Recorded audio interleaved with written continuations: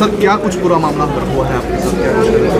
Okay. कल दिनांक 18/3/2025 को पुलिस लाइन से फोर्स आई हुई थी। उसके साथ हमारी चौकी के मुलाजिम लेडी हेड कांस्टेबल रितु रानी साथ में पैदल मार्च पे थे और रोहतास गुज्जर का जो मकान है उसके साथ में गली है, वहाँ से गुजर रहे थे तो उनको दिखाई दी दो पेटियाँ रखी हुई उनके मकान में, रोहतास गुज्जर के मकान में। और वहाँ से उन्होंने पूछताछ की तो वो लेडीज़ ने बताया न्यूज़ के बारे में, तो उसको उन दो पेटियों को चेक किया तो उसमें 20 बोतलें थी शराब की और उनको फिर चौकी में लेकर आई रितु।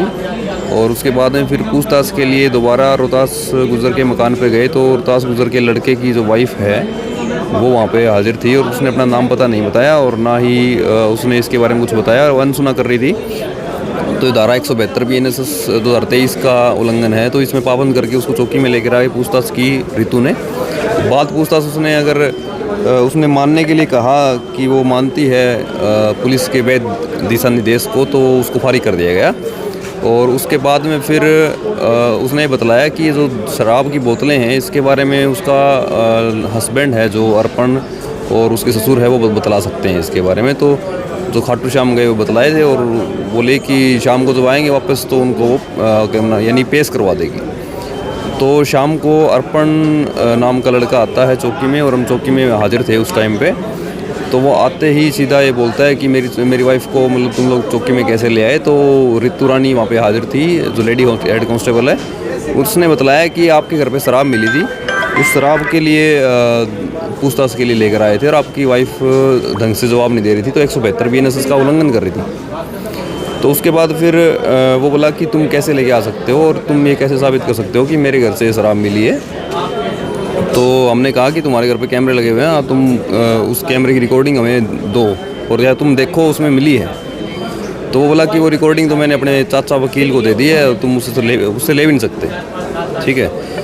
तो उसके बाद वो बोला कि तुमने मेरी वाइफ को चौकी में बुला के चौकी में ला करके मेरी इज्जत मिट्टी में मिलाई है, मैं तुम्हें देख लूँगा, मैं तुम्हें जान से मार दूंगा और तू तो चौकी इंचार्ज है, तेरे को ज़रूर मारूंगा। और मेरी तरफ ऐसे से इशारा कर रहा था और ऐसे जब उसको काबू करने लगे तो उसने हमारे साथ हाथापाई करी, फिर उसको काबू कर लिया गया था।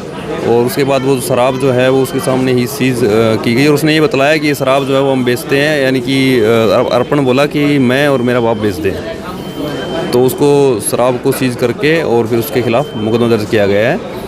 पुलिस की ड्यूटी में बाधा पहुंचाना, हाथापाई करना और शराब के एक्ट के तहत उसको खिलाफ मुकदमा दर्ज किया गया है। पहले भी कोई उस पर किसी भी प्रकार का मामला दर्ज है? जब उसने बातों बातों में ये भी कहा था कि भाई हाँ मतलब उसके खिलाफ मुकदमे दर्ज है, 5-6 मुकदमे बताए थे और 5-6 मुकदमे उसके खिलाफ है भी। कोई NDPS एक्ट का है, चोरी का भी है, लड़ाई झगड़े का है। तो किस तरह की सर धमकी दी, क्या कुछ धमकी में क्या कुछ बोला सर? धमकी में ये बोला कि मैं असली गुज्जर हूँ और मैं तुम्हें देख लूँगा, मैं तुम्हें जान से मार दूंगा तुम सबको और तू इंचार्ज है, तेरे को ज़रूर मारूंगा, ऐसे ऐसे इशारा कर रहा था। तो अब क्या कुछ गिरफ्तारी सर इसमें हुई है? अभी अर्पण की गिरफ्तारी हुई है जो मौके पे धमकी दे रहा था और आगे जो भी आएंगे साक्ष्य और जो भी जिनका नाम आएगा वो अरेस्ट किया जाएगा। मामला सर कितने लोगों पे दर्ज है? 2 लोगों पे दर्ज है, अर्पण और अर्पण के पिता के।